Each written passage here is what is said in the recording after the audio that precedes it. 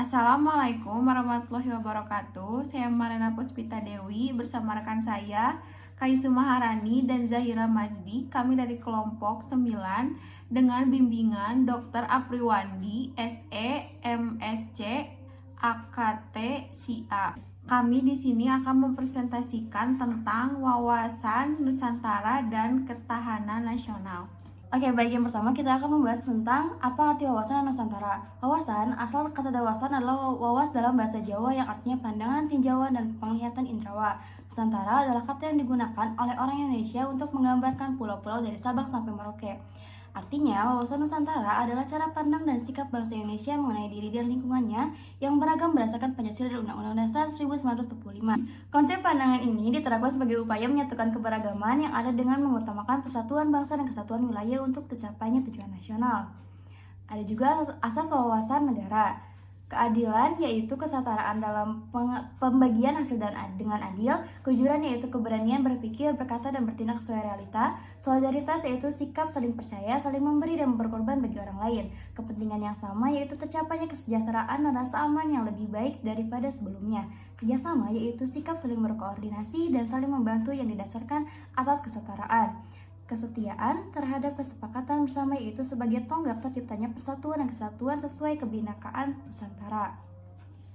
Selanjutnya ada implementasi wawasan Nusantara. Yang pertama di bidang politik.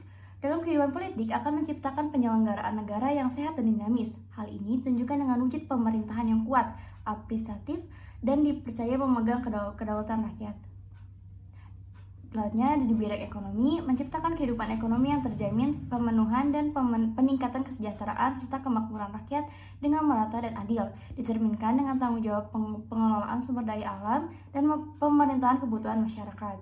Selanjutnya ada sosial budaya, penerapan akan melahirkan sikap saling menerima dan menghormati segala perbedaan, sehingga terciptanya kehidupan masyarakat yang bersatu tanpa membeda-bedakan suku, daerah, agama, atau golongan lainnya. Terakhir, ada pertahanan keamanan. Wawasan Nusantara menumbuhkan kesadaran cinta tanah air dan sikap bela negara.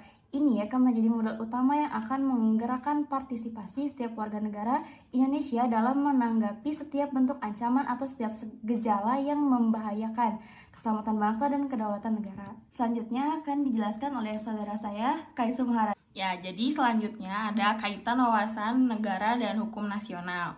Wawasan Nusantara pada hakikatnya merupakan pancaran dari filsafat Pancasila yang diterapkan dalam kondisi nyata Indonesia. Wawasan Nusantara melandasi upaya meningkatkan ketahanan nasional berdasarkan dorongan mewujudkan cita-cita dan mencapai tujuan nasional dan menjamin kepentingan nasional. Lalu ada ketahanan nasional. Ketahanan nasional adalah kondisi di mana kehidupan nasional yang harus diwujudkan. Dalam mewujudkannya, ketahanan nasional harus dilandasi oleh ilmu pengetahuan yang berdasarkan dari masing-masing disiplin ilmu, yang selanjutnya ilmu tersebut harus dapat dikembangkan menjadi sebuah kebijakan publik agar bisa dirasakan kehadirannya oleh masyarakat. Ketahanan nasional diperlukan dalam rangka mencapai tujuan nasional. Dalam proses pencapaian tujuan tersebut, pasti akan dihadapkan dengan gangguan, ancaman, hambatan, tantangan, maka diperlukan keuletan dan ketangguhan dari bangsa Indonesia sendiri untuk mengembangkan kekuatan nasional dalam menghadapi ancaman dan tantangan dari internal maupun eksternal tersebut. Lalu ada konsepsi ketahanan nasional atau TAHNAS.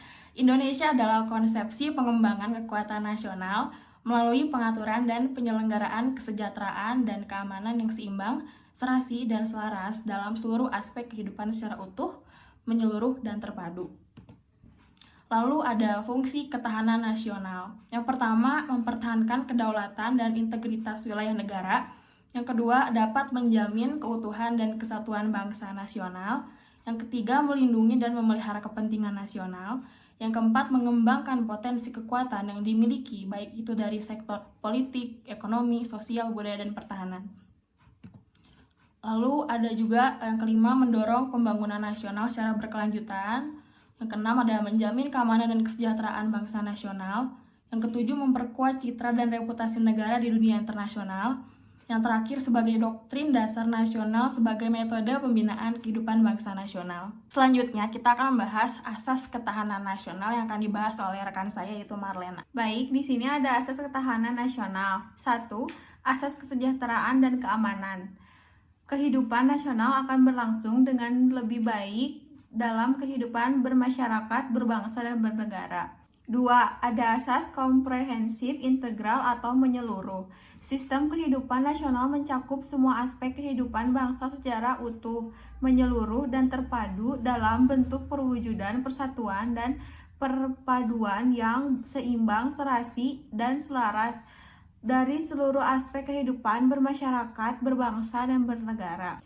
3. Asas kekeluargaan. Suatu negara harus memiliki sikap dan jiwa yang adil, solidaritas, gotong royong, toleransi, dan mengandung kearifan, kebersamaan, kesetaraan, tenggang rasa, dan tanggung jawab. Yang keempat, ada asas mawas ke dalam dan keluar. Menumbuhkan rasa dan mengembangkan sebuah karakter sifat dan kehidupan nasional berdasarkan nilai yang sudah ada pada otonomi untuk meningkatkan kemandirian bangsa nasional. Sedangkan mawas keluar berarti suatu negara bisa mengantisipasi, melawan, dan mengulangi dampak yang terpengaruh dari lingkungan luar negeri. Di sini juga ada sifat ketahanan nasional. 1. Manunggal. Ketahanan nasional harus mewujudkan kesatuan dan perpaduan yang seimbang, serasi, dan selaras seluruh aspek kehidupan berbangsa dan bernegara. Yang kedua, ada mawas ke dalam. Ketahanan nasional suatu bangsa harus lebih memperhatikan ke dalam dirinya daripada keluar. Oleh karena ketahanan nasional terutama diarah kepada diri bangsa dan negara itu sendiri dengan tujuan mewujudkan hakikat dan sifat nasionalnya sendiri. Yang ketiga, kewibawaan. Ketahanan nasional sebagai sebuah hasil pandangan yang sifatnya manunggal, yaitu bisa mewujudkan kewibawaan nasional yang nantinya akan diperhitungkan oleh pihak lain sehingga bisa menjadi daya tangkal suatu negara. Yang keempat, dinamis. Ketahanan nasional suatu negara tidak tetap, melainkan dapat meningkat dan menurun tergantung pada situasi dan kondisi bangsa dan negara itu sendiri. Yang kelima, menitikberatkan konsultasi dan saling menghargai ketahanan nasional. Ketahanan nasional tidak mengutamakan kekuatan fisik tetapi memanfaatkan daya dan kekuatan lain seperti kekuatan moral yang ada pada suatu bangsa. Sekian dari kelompok kami, saya Marlena Puspita Dewi beserta rekan saya Zahira dan Kaisum pamit undur diri. Terima kasih. Assalamualaikum.